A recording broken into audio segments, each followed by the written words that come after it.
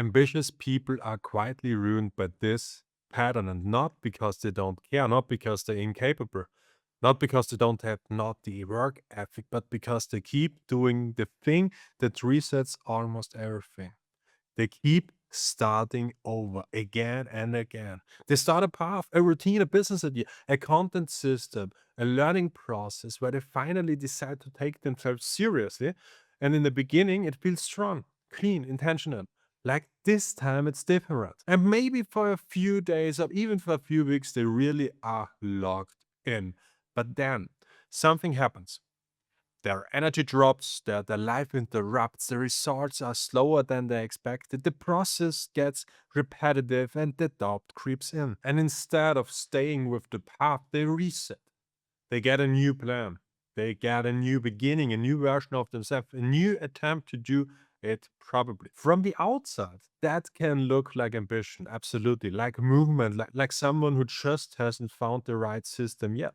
But from the inside, it creates something much heavier because every restart does not just cost time, it costs you continuity. It costs you trust in yourself, costs you compounding, and eventually it starts costing you your relationship with yourself. One of the core truths there is simple. Starting over feels better than continuing imperfectly, at least in the moment. Starting over is emotionally clean. It lets you leave behind the messy middle, the inconsistency, the half working system, the proof that things got harder than you expected it. It gives distance from all that. A fresh story, a fresh identity, a fresh wave of intention. You get to say, now I know what I'm doing. Now I'm doing this probably. Now it's different, right? And that feeling is so powerful because continuation is harder. Continuation means carrying the mess forward. It means admitting you missed days but returning anyway. It means the system is imperfect but improving it instead of replacing it. A restart gives emotion and relief. Continuation requires maturity. And that is exactly why this pattern is so expensive. The short-term feeling lies. A clean restart often feels wiser than a messy continuation, while secretly being much worse for your long-term life. Because most real progress does not come from perfect beginnings.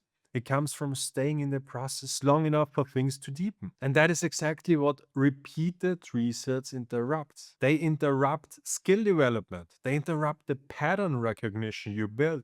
They interrupt the trust building with yourself. They interrupt the quiet strengthening that only happens when something is repeated for a long enough period.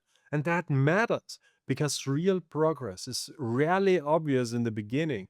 A lot of it is still underground, still forming, still teaching you things that do not look impressive yet.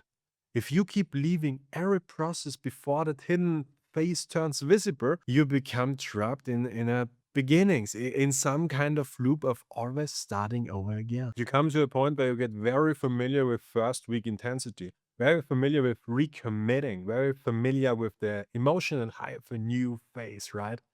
But not very familiar with the depth, not very familiar with staying or familiar with the stage where things stop flattering you and start shaping you. And that creates a painful kind of life because you can feel yourself trying. You can feel that you mean it when you recommit. But the outer shape of your life does not change much. Not because you never move, but because you never stay in motion long enough for motion to become structure. A lot of people know this cycle, the search of clarity, the feeling that this matters now, the plan, the structure, the recommitment, and then reality enters. The work is less exciting than expected. The pace is slower. The repetition gets heavier, and other parts of your life pull on you. Your emotions shift, results stay quiet, and then the familiar voice appears. Maybe I need a better plan. Maybe the system isn't quite right. Maybe I need a cleaner restart. I think you know this voice quite well. Sometimes that voice is useful. Don't get me wrong on this, but a lot of times it's it is not strategic. It is emotional. It is an attempt to restore momentum without carrying the weight of what just happened. And one of the harder lessons in building is this. A lot of growth comes from learning how to continue without the fresh start feeling, without the emotional cleanliness, without the fantasy that this time everything will flow perfectly. That changes the question. Instead of asking, how do I find the perfect restart? The better question becomes, how do I become someone who can return without resetting my whole identity every time? That is a much stronger question and more builder-like question, because real builders do not live from emotional clean slates forever. They learn how to work inside continuity. And people keep starting over for reasons. One reason is that they confuse disruption with failure. A few bad days happen, a low week, a broken rhythm, and immediately the mind tells a story. It's broken. I'm off track. I lost it. I need to reset. But disruption is not always failure. Sometimes it is just life. Sometimes it is just friction, or it just means the process needs adjustment, not abandonment. If every disruption gets interpreted as collapse, then of course you will keep resetting. You will keep restarting every single time. You never learn to recover. And recovery is one of the most important builder skills that is out there that you need to learn for yourself. Another reason is that people get addicted to recommitment itself. A fresh start brings energy, hope, freshness. It feels like redemption. For people who haven't learned how to respect repetition, recommitment becomes their favorite emotional drug. They keep chasing the high of, this is my new beginning. But the builder's path is not built on how strongly you recommit. It is built on how honestly you continue after the recommitment feeling fades. Another deep reason is that many people do not know how to relate to imperfection. If the system is imperfect, the pace imperfect, the mood imperfect, the consistency imperfect, you can still continue, is it? A lot of people think they cannot. They think continuation requires a clean internal state. It doesn't. Real continuation usually happens in a very human state. A bit tired, a bit messy, a bit uncertain, but still returning anyway. And that is the real shift underneath all of this. For long-term builders like you are, continuation is usually more valuable than clean beginnings. That does not mean that changing, you can never change your direction, right?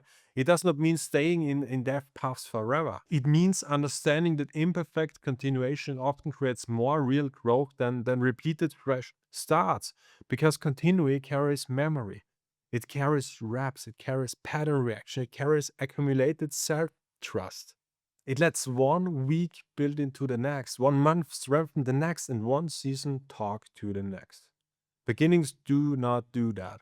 Beginnings are expensive. If you keep living in beginnings, you never get the deeper reward of staying. And a lot of what you are really doing when you start over too often is trying to escape three things: the evidence of your current level, the boredom of repetition, and the emotional discomfort of imperfect progress. A restart lets you avoid all three for a moment, but it also makes you escape depth. And depth is what you actually need. Depth in skills, depth in trust, depth in process, and the depth in seriousness. And I hope I spoke it right. I mean, the depth of it, right? At some point, you have to become more loyal to staying than to resetting. That is one of the real maturity thresholds. Not the ability to begin again dramatically, but the ability to continue quietly. The repair instead of replace, to return instead of restart, to carry the thread forward even when it no longer feels exciting. That is where real builders' strength starts. And the more you repeat this pattern, the more it starts affecting something deeper than productivity. It starts affecting your self-trust. Because self-trust is not built by intention. It is not built by powerful planning sessions, and not built by dramatic declaration about who you are about to become. Self-trust is built by you seeing yourself continuing. When you see yourself return after disruption, when you see yourself hold the thread, even when the mood changes, the week gets messy, or the system loses its clean feeling. That is what teaches your nervous system, I can rely on me, on myself. But if your pattern is always intensity, tripped, and reset, and then even when you mean it, part of you stays skeptical. Because you have seen yourself get fired up before. You have seen yourself write the new plan before. You have seen yourself promising that this time is different before. And then you have seen yourself disappear again. That history matters. It changes the way you relate to your own ambitions. It makes even your sincere moments feel fragile because somewhere underneath them there is memory. Memory of all the other beginnings that felt strong in the moment and still collapsed when the friction arrived. And that is exactly why this pattern is so expensive. It does not only waste time, it makes your own commitment feel less believable to yourself.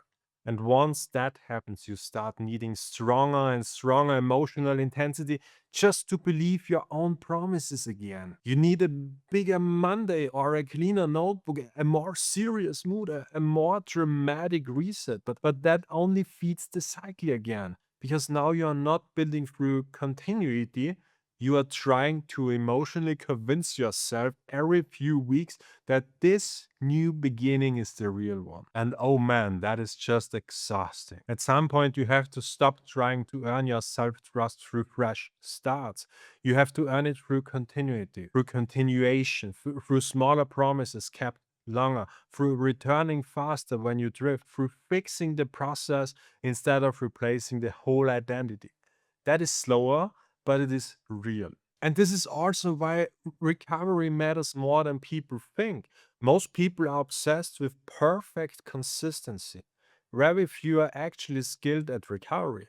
But recovery is often the more valuable skill because no one has a life that stays perfectly clean.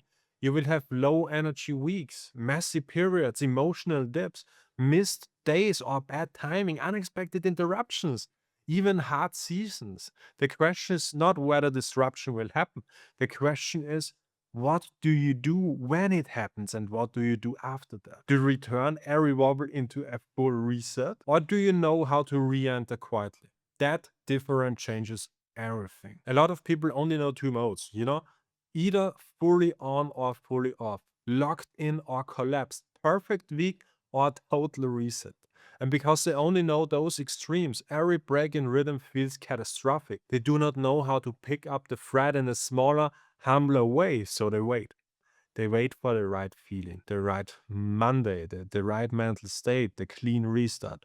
And while they wait, more time passes, more friction builds, more shame builds. And then when they finally restart, the emotional pressure is even bigger than before. But real builders learn something else. They learn how to resume, and that word matters. And you are one of the real builders. Resume means the thread is still alive. Resume means I do not need to erase the mess to move again. It means the process bent, but it did not break. That is a very different mindset from starting over.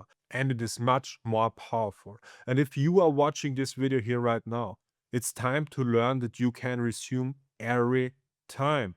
And you are one of the strong builders. Because once you stop treating your disruptions like the end of the story, disruption loses some of its power over you. A bad week is just a bad week. A break in rhythm is just a break in rhythm. A messy month is not ideal, but it does not have to become a new identity crisis. You stop feeding small interruptions with dramatic meaning, and that alone protects huge amounts of a momentum. This is exactly where continuity becomes more valuable than emotional purity, because continuity carries memory, it carries reps, it carries lessons, it carries the strength you cannot always see yet. It lets one week build into the next, even if it was imperfect. It lets one season still support the next one. And that matters because time only compounds what is carried forward. If you keep dropping the thread, time cannot help you very much. That is one of the hardest truths in the builder's path. A lot of people are working hard enough to change their life, but not steadily enough to let time magnify their effort. They keep interrupting the process that would have helped them. They keep restarting the thing that needed continuity. And then they wonder why they feels busy but underbuilt. Sometimes it helps to say it more directly. When you keep starting over, you're often trying to escape three things: the evidence of your current level, the boredom of the repetition, and the emotional discomfort of imperfect progress, right? A restart gives you a temporary relief from all three of them. It removes the evidence because now you're in a new phase. It removes the boredom because everything feels fresh again. And it removes the discomfort because hope becomes stronger than memory. So how do you break this pattern? You stop treating in every clean beginning like proof of wisdom. You stop assuming that because something feels fresh, it must be better. You become more suspicious of emotion and relief, not because relief is always wrong, but because sometimes relief is just escape wearing strategies clothes. You start asking more honest questions. Am I changing direction because reality taught me something specific, or because I do not like how it feels to continue imperfectly? And that question protects a lot of you, and it protects your ego, because not all change is bad. Some systems do need change. Some paths really are misaligned. Some routines are too heavy. And some strategies are wrong. Builders do sometimes need to pivot, but the real pivot usually comes from evidence. You stayed long enough to learn something. You get a proof. You saw a pattern. You understood why something is not working. And then the next move is informed and specific and grounded. And you can take the first step into a solution. And emotional reset is different. It usually comes from discomfort. You feel off, behind, embarrassed, or restless, uninspired. And instead of studying what happened, you leap toward a cleaner beginning. One comes from the depth, the other comes from avoiding the depth. And if you cannot tell the difference, you will keep calling your escapes pivots, and that lets the pattern survive with a more respectable name. So instead of asking, should I start over again? Ask some kind of a better question. Something like, what actually broke? What still works? What needs some kind of adjustment, not abandonment? And what is the smallest honest version of this process I can return to right now? The last question, especially, is the most important one, because resuming works best when it is humble, not the fantasy version, not the big comeback version, the smallest real version. So if you stop publishing, publish just one thing. Start with a small step. If you stop training, working out, do one real session. If you stopped outreach, send 2 messages. If your routine collapsed, restore the core, not the whole schedule. That is how continuity comes back quietly, without performance, without needing to announce a new era of your life. And there is real strength in that. The strength of someone who no longer needs constant rebirth to keep going, someone who can simply continue, adapt, resume, repair, and carry things forward. That kind of person becomes very hard to stop, because now life has fewer ways to throw them off course. A missed day no longer becomes a lost month. A low energy week no longer becomes a full identity collapse. A messy season no longer forces a total reinvent. Now, with all you learned in this video, you remain in a relationship with your work, and that is a massive shift. Because once you stop bleeding progress through endless resets, a lot of ordinary efforts finally get the change to compound. Skill looks different. Trust looks different. Output looks different. Your relationship with yourself looks different. From the outside, it may seem like this person suddenly became more disciplined, but often the deeper truth is simpler. They just stopped starting over, and they start carrying things forward. That is a quieter kind of mastery, but it is real, and it changes much more than another dramatic beginning ever could. So if you recognize yourself in this, maybe that is the shift you needed. Stop trying to become a new person every few weeks. Become someone who can continue, someone who can resume, someone who can protect the threat, even when the mood changes, the week gets messy, or the process loses its shine. Because your life is not mainly being changed by your grandest declaration, it is being changed by what survives interruption. That is where the truth is, and that is where real builders' strength begins. So if you like this video, please like it, share it, or send it to your best friends. And watch also the playlist somewhere here on the screen and another videos from you. I hope I see you in the next one.